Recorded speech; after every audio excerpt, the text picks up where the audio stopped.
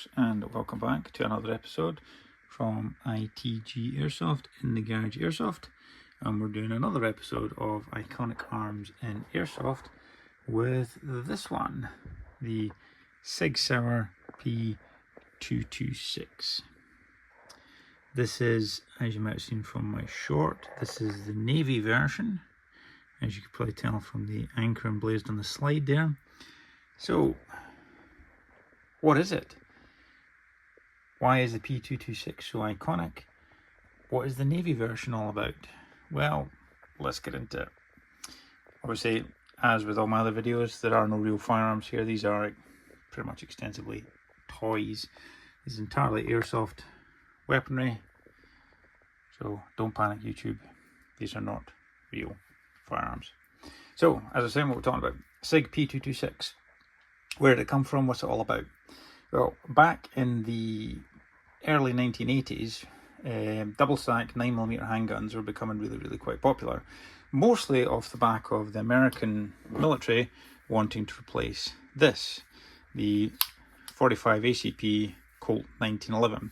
By that point, as you can imagine, from 1911 right through to 1984, I believe it was starting to show its age, and they were looking for a replacement. It was also kicked off by the fact that the American Air Force were looking for a replacement. They'd adopted a 38 caliber revolver, and they were looking for a replacement pistol. And it was when they started doing inquiries into that they realised that there was something ridiculous, like about 30 different handguns authorised for use by the various different branches of the American military. So they decided to standardise it and started testing for a new handgun, which subsequently went on to the official replacement of the 1911 with the Beretta 92 and variations of the Beretta 92. But this nevertheless kicked off a competition to see which was the best pistol that it could be replaced with. And predominantly across the board, the double stack 9mm handguns were leading the field. Predominantly the Beretta 92, the Sig P226, and the early Generation 1/Generation 2 versions of the Glock 17. And across the board, the tests found that the best handgun out of them all was not the Beretta 92. It was, in fact, the Sig P226. And the Sig P226 only lost out on the contract with the American military because of the individual cost per unit. This costs more to produce than a Beretta 92. There's also a little suggestion that there might have been a little bit of political red tape involved in that as well in regards to American military bases in Italy, but that's by the by. Nevertheless, the Beretta 92 was adopted as the official handgun of the American military. However, it didn't go unnoticed that the Sig P226 really did well across the board. I mean, it did exceptionally well. So much so that units that weren't particularly keen on the Beretta 92 decided to look for their own pistol, ended up actually adopting the 226. Predominantly, the US Navy SEALs specifically asked for the P226, and then after adopting it, putting in a few tweaks by Sig Sauer to create a version that was going to be more sustainable in saltwater submersion and so on and so forth. The P226 Mark 25 Navy version was officially adopted by the US Navy SEALs. Came with, I believe, stainless steel side, obviously more resistance to saltwater corrosion and so on and so forth. So that became the official adopted handgun of the US Navy SEALs.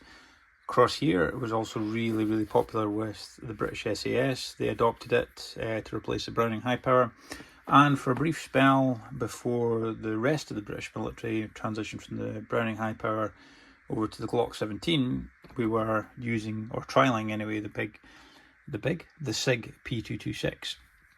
As I had alluded in one of my previous videos, predominantly my handgun usage in the real world has been with Glock 17s. However, as I said, my early time with the military back in the early 2000s, we were actually issued with Sig 226s to replace the Browning High Powers, and it was the Sig 226 that I carried on my tours in Afghanistan. So very familiar with the real steel version of the handgun. I really do like the real steel version of the handgun. It's very good, it's very capable, it's very robust, handled really well in the dusty, sandy conditions of the Middle East. It's a very accurate pistol. Yeah, it's very, very good. From an airsoft point of view, naturally, as you could imagine, there have been various different companies that have done their own versions of the Sig P226. I've had quite a few Sig P226 airsoft versions. KGW did a good version, Tokyo Marui do one, and just on a bit of airsoft nostalgia, the very first ever airsoft pistol that I ever owned was actually a spring-powered, wasn't a 226. I wanted a 226. It was actually a 228 that I had, which is the sort of slightly shorter barrel version of the 226. That was because, believe it or not, way back in the mid to late 90s, where we barely had internet in the house, let alone internet shopping, you actually had to like phone up companies and order things out of their catalogue. And because I wasn't the owner of the credit card that was being used to purchase it, it was in fact my dad, he actually asked for the wrong thing. I wanted the 226, he asked for the 228. By the time I realised, or the time it was delivered and realised they got the wrong thing, it wasn't really the done thing then to be kind of like posting it back, so I kept it. And it was actually a really good airsoft pistol, really liked it. But I said it wasn't the one I wanted, I wanted the 226, but hey ho, nevertheless, there it goes. So, what is this version? This is the Sig Proforce P226 Mark 25 gas blowback, made under license from Sig Sauer by VFC. And, well, what do we think of it? Well, as you can imagine, the lover of all things officially licensed, I think it's absolutely superb. You've got the proper Sig Sauer P226 markings, the anchor emblem, as I pointed out. You've got the P226 markings on the pistol grip. So from the other side, rather than the kind of annoying, kind of tacky, oh, it's 6mm airsoft, they've actually got the proper 9mm parabellum markings, serial number, and I've also got the Sig Sauer Incorporated Newington USA markings. You do, yeah, okay, if you turn it over and you start looking down here, so you get a good angle on that, you can see caliber 6mm BB, and then like most other sigair products, you've also got the, actually says this is not a toy, when it effectively is. But yeah, so from a realism point of view, it's really, really good. It's full metal construction. There has been a bit of Dubai online as to whether or not it is full metal or not, but it is full metal. Plastic handguards, polymer handguards, nice grip texture to them, nice stiffly and all that. It's a good, comfortable hold in the hand. It's quite a big, blocky kind of pistol compared to the likes of the 1911. It's obviously a little bit kind of sleeker and kind of thinner design. It is quite blocky, but nevertheless, doesn't feel cumbersome or anything like that in the hand. It's got a good grip position to it. It's very nice. Double action and single action, as the real steel version is. So just confirm there's no BBs in it. I know there isn't. There is some gas in the magazine, so it will go pop when I pull the trigger. But double action. And single action. Hang on in a second. So, not the easiest thing to demonstrate. Single action, double action with one-handed. Gas magazine.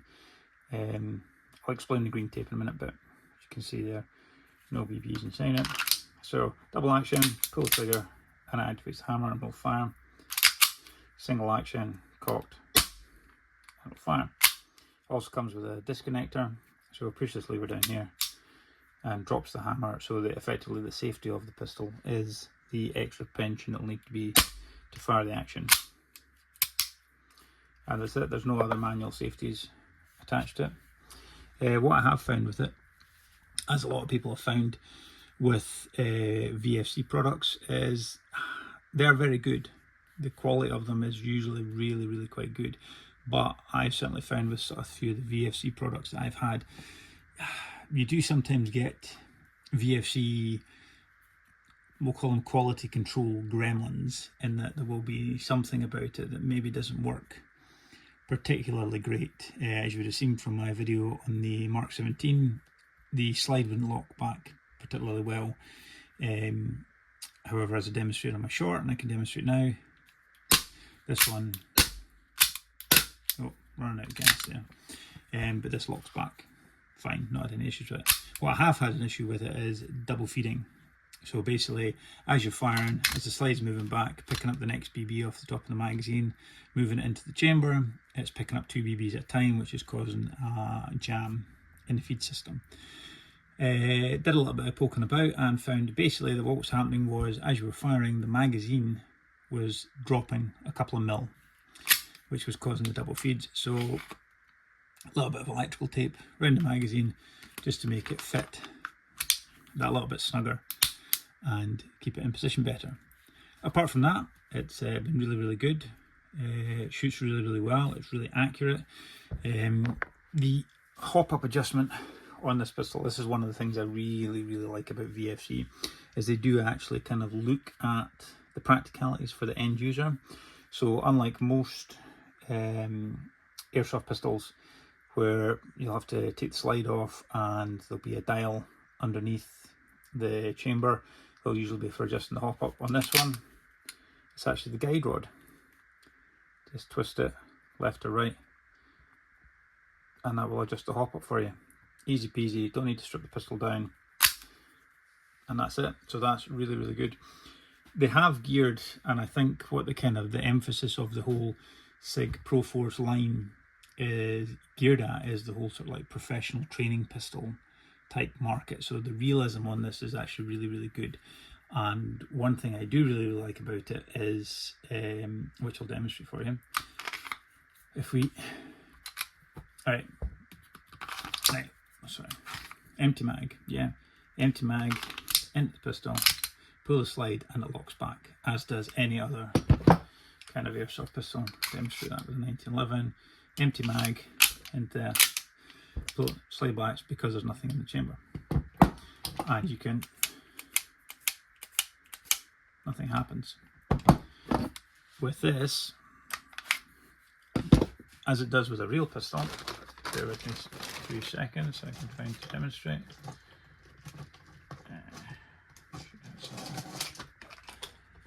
Line out, here we go.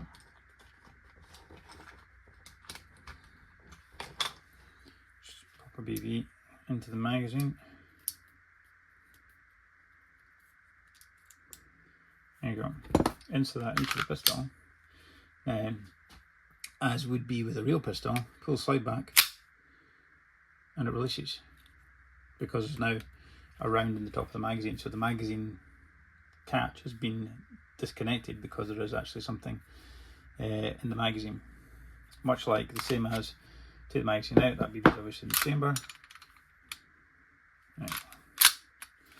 But lock the slide back, can release the slide like that. You can't do that with, I've not found you being able to do that with any other airsoft pistols. So it does have that extra element of realism about it, which I really like. But other than that, yeah, it's really good. It's got really good sights on it, the 3-dot sights. It says it's got a nice comfortable position, as I talked about with the Glock 17. I tend to find the Glock 17 feels like it wants to dip as you tighten your grip on it, whereas this actually sits comfortably really well in the hand. The only criticism I would have, and it's probably more down to personal taste more than anything else, is that the trigger feels a little bit mushy, so I say. You get to, I mean, it's got quite a big pullback. I mean, there you're in single action mode, the hammer's cocked. So on most pistols, you've probably not got much take up from there to actually drop the hammer and fire the pistol, whereas here, you've got quite a lot of back pull. And you kind of get to that point where you start to feel a little bit of tension, and you kind of like brace, as it were, for the shot being released. But you keep going. you keep going, you keep going, you keep going, you keep going, you keep going, and then it's almost at the point of thinking, nah, there's got to be something wrong here, I'm not firing, and then it goes. So you do have, even in that single action mode, just going to show that again, you've got a real quite a far bit of take back before the shot actually goes. Now in an airsoft game, whatever, when you're kind of like potentially firing off a few rounds in quick succession, is it going to be much of an issue? No, not really. Target shooting, you're trying to get your accurate shots, just taking that slack up before the point of release, it just takes a little bit of getting used to.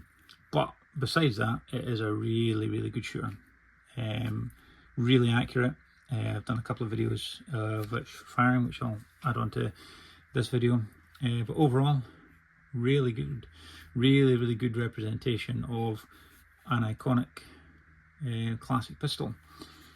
And as I said, back in the 80s and even right through until today, the Beretta 92 has now been replaced with obviously the Mark 17, so Sig is still a very popular handgun maker.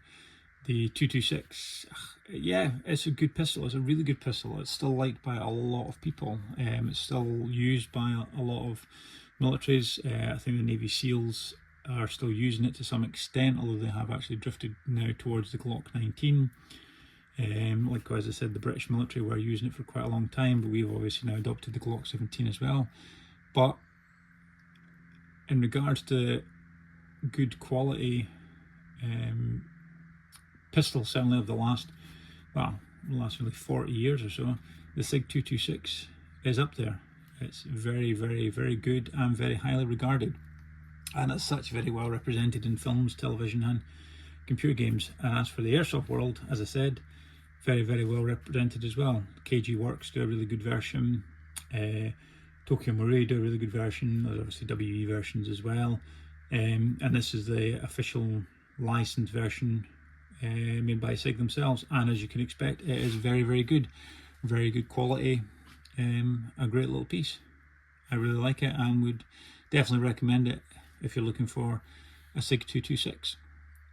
And on that, thanks very much for watching, and please feel free to like and subscribe and follow, and I'll see you next time for the next video.